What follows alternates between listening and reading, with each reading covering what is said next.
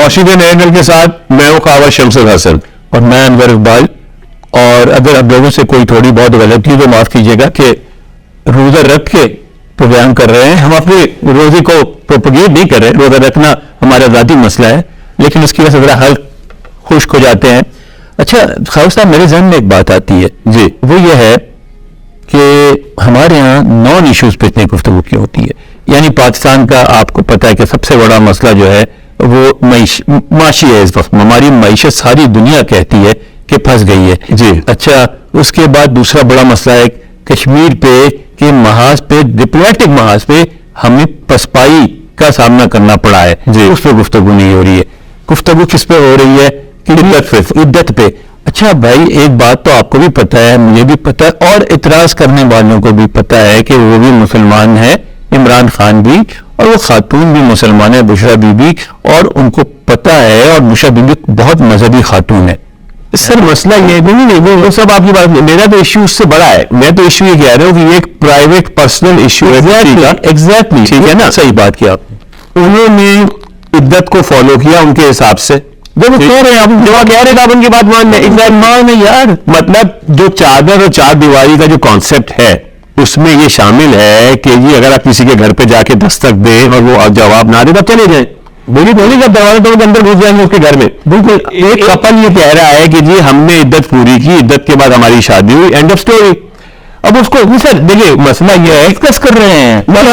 یعنی میں مگر آپ کی بات کو ایڈ کر دوں جی, کہ آج کل آپ اگر فیس بک اور ٹویٹر پہ جائیں تو خواتین ہماری, ان کو یہ شکایت ہوتی ہے جی کہ ان کے آفیسز میں مرد ان سے پوچھتے ہیں روزہ ہے, جب وہ کہتی ہیں آج روزہ نہیں ہے تو کہتے کیوں نہیں ہے. ہاں جی بھائی آپ کو پتا ہے کہ عورت کی روزہ نہیں رکھتی. بالکل. اور یہ ایسی چیز ہے جس کو اس پہ کسی ڈسکشن کی کوئی ضرورت نہیں ہے. جو بالغ ان کو پتا نہیں کہاں یہ بنیادی ڈیسنسی جس کو کہتے ہیں نا, وہ ہمارے ہاں بہت سارے لوگوں میں مسنگ ہے.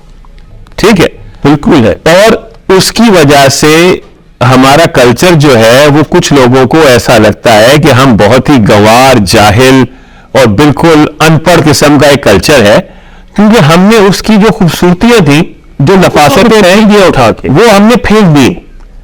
اب مطلب سر یہ مطلب بات سے بات نکل رہی ہے. وہ نبیل کپور صاحب کا انٹرویو پرانے کلپ کسی نے چلائے کہ ایک انٹرویو میں کہا کہ جی وہ ایک کامنٹ میں کہہ دیا کہ جب ریپ انوائڈیبل ہو جائے تو اس کو ریلیکس کر کے انجوائے کرنا چاہیے. اچھا اب اس میں نبیل کپور صاحب کا میں نام نہیں لوں, یہ ایک ایسی صحیح ہے جو پاکستان میں آلموسٹ ہر آدمی استعمال کرتا ہے, ہر مرد ہر سیٹنگ میں اکثر یہ استعمال ہوتی ہے, اور اس کو ہمیشہ جوکنگلی کہا جاتا ہے کہ بھائی جب ریپ از انوائڈیبل تو آپ ریلیکس کریں. جو غور کریں تو کتنی بری بات. میں وہی آپ سے کہہ رہا ہوں, یہ مہذب معاشرے میں گفتگو مذاق میں بھی نہیں کرتا. ہمارے یہاں یہ بالکل ایک رن آف دا مل ایک بات سمجھ لینی چاہیے بہت اچھی طرح, پاکستانی مرد ہو کہ امریکی مرد ہو کہ جاپانی مرد ہو, جو کہتے ہیں نا انگریزی میں کہ نو مینز نو. اگر عورت کی مرضی کے خلاف آپ کوئی کام کر رہے ہیں تو وہ ریپ ہے, اور ریپ کی ایک سزا ہے اسلام میں بھی, عیسائیت میں بھی, اور غیر مذہبی معاشروں میں بھی, اور وہ سزا اس پہ عورت مرد پہ لگنی چاہیے. اس پہ جوک نہیں ہونی چاہیے, اس پہ ڈسکشن نہیں چاہیے, لیکن ہمارے یہاں ہوتی ہے. سر ہمارے یہاں ہوتی ہے, آپ سے کہہ رہا ہوں. تو اس کے بعد کسی نے ان کا پرانا کلپ نکالا اور اس کو جو ہے وہ آج کل سوشل میڈیا پہ گردش کر رہا ہے, جس میں وہ یہ کہتے ہیں کہ آپ کراچی والے جو ہے وہ اپنے جذبات پہ بہت قابو رکھتے ہیں, اور آپ اپنے جذبات جو ہے وہ باتھ روم میں جا کے نکالتے ہیں. ہم جو ہے ہم ایسا نہیں کرتے, ہمیں تو جو عورت پسند آ جائے وہ ہماری ہو جاتی ہے. یہ نبیل کپور صاحب نے, ٹھیک ہے, ان کا پرانا ایک پرانا, یعنی وہ ایڈمٹ کریں جو ریپ کرتے ہیں. جی وہ کہہ رہے ہیں وہ اپنی ہو گئی, وہ کہتے ہیں اپنی ہو گئی ایز اے, ہاں زبردستی. ان کا پوائنٹ یہ ہے کہ یہ ہم جو ہے ایک میڈیول ایجز میں وقت گزار رہے ہیں, جس میں جو طاقتور ہے وہ آ کے جس کی عورت کو اٹھا کے لے جانا چاہے لے جائے. اچھا یہ بتائیے, یہ واپس اس پہ آئے گا. میں آپ سے سوال کروں, میں ایک جاتا ہوں آپ ہی کی بات سے میں سوال کرنا چاہتا ہوں کہ آپ جو کہہ رہے ہیں کہ نبیل کپور صاحب نے کہا, میں نے وہ دیکھا نہیں. اگر کوئی شخص سن کے, کوئی دوسری تہذیب کا آدمی اگر ہمیں یہ سن کے کہے کہ آپ غیر مہذب ہیں, آپ مڈل ایجز میں رہ رہے ہیں, تو وہ ہمیں برا نہیں لگتا. سر ہمیں نہیں لگنا چاہیے. یہ ہمارا وہ چہرہ ہے جو ہم چاہتے ہیں کہ دنیا نہ دیکھے, اور یہ صرف ہمارے اندر تک رہے. بات بڑی سمپل ہے سر, یہ ساری باتوں کو اگر آپ کنیکٹ کریں, ان کے پیچھے کیا جذبہ یا کیا جبلت جو ہے وہ کار فرما ہے، وہ ہے پاور. ٹھیک ہے، ہر قیمت پہ.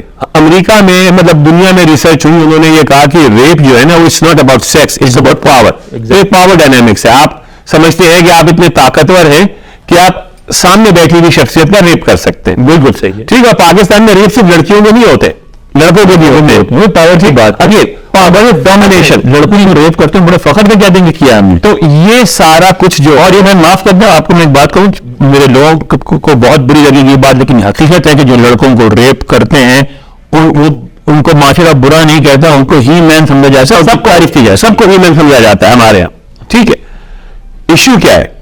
یہ وہ پرانا قبائلی کلچر جس میں کوئی مطلب کوئی گرینڈ لا نہیں ہے، کسی چیز کو فالو نہیں کرنا. آپ نے صرف ایک آپ کے پاس اپنے کچھ لوگ ہونے چاہیے، آپ کا قبیلہ ہو، آپ کا گینگ ہو، جن کے پاس بندوقیں ہوں، جو آپ کے لیے لڑنے کو تیار ہوں، تو پھر آپ جا کے جو مرضی کریں، کوئی آپ کو پوچھنے والا نہیں ہے.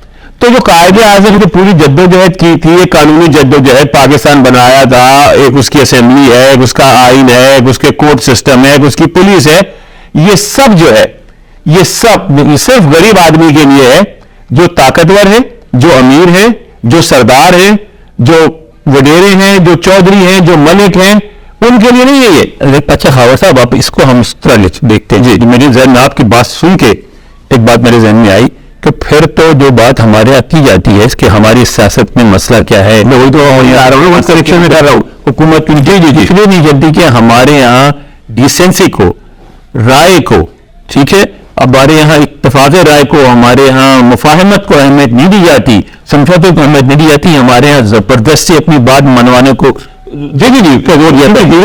یعنی سیاست بھی ہوگی تو اس میں اس کی کوئی اہمیت نہیں ہے کہ کیسے جیتا، جی لیا سر. ہاں سر، اب یہ قبضہ کر یہ اس کو واپس کنیکٹ کریں آپ ملک کے سیاسی حالات سے. بالکل ٹھیک ہے. یہ جو آج کل ہو رہا ہے کہ آئین کچھ کہے ہم نہیں مانیں گے کیونکہ طاقت ہمارے پاس ہے. اچھا، سپریم کورٹ نے ایک شکایت کی تھی اور وہ شکایت بالکل جائز ہے کہ خود تو بدلتے نہیں، قرآن کو بدل دیتے ہیں. یعنی بہت واضح بات ہے یار، عجیب و غریب باتیں کر رہے ہیں. دیکھیے، میں عمران خان کا حامی نہیں ہوں، لیکن آپ یہ دیکھیے کہ اگر آپ کا آئین کہتا ہے 90 دن میں انتخابات ہو تو ایک دفعہ آپ یہ طے کر دیں کہ جو لکھا آئین میں اس کا عمل اسی طرح آئین کی عزت ہوگی. ذرا مجھے کیسے طے کر لیں؟ کیونکہ میں جو ہے وہ زیادہ بڑی ہے، ایگو جو ہے وہ زیادہ ہو گئے نا، تو ہو جائے تب آپ ان کو کیا فکر ہے. یعنی بجائے اس کے کہ جیسے آپ ہوتا ہے معظم معاشرے میں ہوتا ہے کہ آپ کچھ کام کرتے تو آپ کو احساس ہوتا ہے کہ یہ آئین اور قانون کے خلاف ہے. آپ نے امریکہ میں 12 دیکھا ہوگا یہ، تو پھر آپ اپنے آپ کو ریفارم کرتے ہیں. جی ٹھیک ہے نا. ہمارے یہاں کیا ہو رہا ہے کہ وہ اقدامات لے رہے ہیں. اچھا مثال یہ تو اس قانون کے خلاف ہے، آئین کی فلاں شرط کے خلاف ہے، فلاں دفعہ کے خلاف ہے، تو وہ یہ کرتے ہیں کہ بجائے اپنے آپ کو درست کرنے کے لیے بدلنے جا رہے ہیں. قانون بدلنے نہیں کی جیسے کے پاس اختیارات نہیں ہونی چاہیے، فلاں ایسے نہیں ہونی چاہیے، انتخابات میں ایسی گنجائش نکال لو فلاں. اصل میں آپ کو بڑھا تو پھر کیسے ایک یہ جو میلڈی ہے نا، یہ آل پریویلنگ ہے ہماری سوسائٹی میں. اس میں ججز بھی اس کے مرتکب ہوتے ہیں، ججز بھی ایسے آئے ہیں سب. ٹھیک ہے، آپ کے ڈیموکریٹس بھی ایسے آئے ہیں، آپ کے ملٹری ڈکٹیٹر تو ہے ہی ایسے. باٹم لائن یہ ہے کہ اس مائی وے اور دا ہائی وے. پاکستان میں صرف یہ رول چلتا ہے. میری بات سے شاید اب ابھی نہ کریں، لیکن یہ ذوالفقار علی بھٹو کی شخصیت تھی جس کو سلیوٹ کرتا ہوں میں کہ اس نے آپ کو آئین دے دیا. بالکل آپ کو صحیح کہہ رہے ہوگا. اس طرح صرف 4 یا 6 لوگوں نے مخالفت کی تھی. اس طرح اتنے لوگوں کا مفتی محمود کا بھی اور جماعت اسلامی کا بھی اور مسلم لیگ کے لوگوں کا. بھٹو صاحب پارٹی کا سلام کرتا ہوں، لیکن بھٹو صاحب کی اب پارٹی رہ گئی ہے. پارٹی کی پارٹی میں نہیں جا رہا ہوں، میں پارٹی میں جا رہا ہوں. میرا پوائنٹ کر لوں، وہ آئین آپ کو دوبارہ اتفاق رائے سے نہیں بنے گا، نہیں بنے گا. فوج لا کے زبردستی ماشاء اللہ سے فوج کے تو آئین مانتے ہیں، اور جیسی فوجی جاتا ہے آئین کے ساتھ ہو جاتا ہے. تو آپ کو جو مل گیا ہے اس نعمت سے اگر آئین کو تباہ کیا تو ملک تباہ ہوگا، آپ کی سیاست تباہ ہوگی، سب کچھ برباد ہو جائے گا. جو پاورز ہیں، جو ہماری فوجی اسٹیبلشمنٹ ہے، جو ہماری بیوروکریسی ہے، ان کو کچھ سوچ کرنا نہیں چاہیے کہ اگر یہ سیاستدان جو ہیں یہ پاگلوں کی طرح لڑ بھی رہے ہیں تو کم سے کم وہ بھی کھڑے ہو جائیں. ہمارے وکلا نے کہا کہ وہ کھڑے ہوں گے. چیف جسٹس صاحب ہمت کریں. یہ آپ کو اگر آئین آپ نے بچایا تو تو آپ نے ملک بچایا, اگر آپ نے آئین نہیں بچایا تو ملک بھی نہیں بچے گا, اور پھر یہ بات سب کے ہاتھ سے نکل جائے گی. یعنی نہیں دیکھیں, اس کو یہ نہیں سمجھتے کہ آئین ایسا ہے جیسے کمپیوٹر کا سافٹ ویئر ہے, اگر سافٹ ویئر نہیں ہوگا اس میں ڈلا ہوا تو وہ ایسی ایک پلاسٹک کا ٹکڑا پڑا ہوا ہے, شیشے کا پلاسٹک کا ٹکڑا پڑا ہوا ہے جو کسی کام کا نہیں ہے. ملک آئین کے بغیر کسی کام کا نہیں ہوتا. دیکھیں سر, میں ہمیشہ لوگوں کو یہ مثال دیتا ہوں کہ ہمارے میں اور گوروں میں ایک فرق ہے. وہ فرق یہ ہے کہ جارج واشنگٹن صاحب, جنہوں نے امریکہ بنایا, کہہ دیں آپ, ٹھیک ہے, فاؤنڈنگ فادر ہیں وہ ایک ٹرم کے بعد صدارت چھوڑ کے چلے گئے. کیا کسی مسلمان معاشرے میں, کیا پاکستانی معاشرے میں آپ کے ذہن میں ایسا کوئی خاکہ بن سکتا ہے؟ نہیں, ہمارے یہاں تو یہ ہوتا ہے, ہمارے یہاں تو ہر کوئی لائف ٹائم کے لیے نہیں, اسی طرح لائف ٹائم کے لیے کچھ اور, لائف ٹائم کے لیے اور ہمارے بعد جو ہے نا, ہمارے بعد ہماری جو اولاد ہے اور اس کی اولاد اور اسی اولاد کے لیے یعنی بادشاہ قائم ہو جائے. بالکل بالکل. مسائل کی آ جائیں, ہم نے بات کی تھی مسائل کی, اس پہ بات یہ ہے کہ ساری دنیا جس وقت جن مسائل پہ گفتگو کر رہی پاکستان کے حوالے سے, اب واشنگٹن میں آپ کو پتہ کئی تھنک ٹینکس ہیں جن میں ساؤتھ ایشین انسٹیٹیوٹس قائم ہیں, حکومت میں ساؤتھ ایشین ڈپارٹمنٹس قائم ہیں, اور ان سارے اداروں میں آپ جہاں بھی جائیں اس وقت جو ہے نا, حالانکہ ساؤتھ ایشین میں انڈیا بھی آتا ہے, بہت بڑا ملک ہے, بنگلہ دیش بھی آتا ہے, سری لنکا بھی آتا ہے, لیکن اس وقت ہر جگہ گفتگو ہوتی ہے پاکستان کی معیشت پہ. بالکل, لیکن سب کا خیال ہے کہ یہ ڈوب جائے گی اگر اس کی مدد نہیں کی گئی. اور میں دیکھ رہا ہوں کہ بڑے بڑے کٹر ایسے لوگ بھی جو پاکستان مخالف تھے تھنک ٹینکس میں, اسکالرز میں,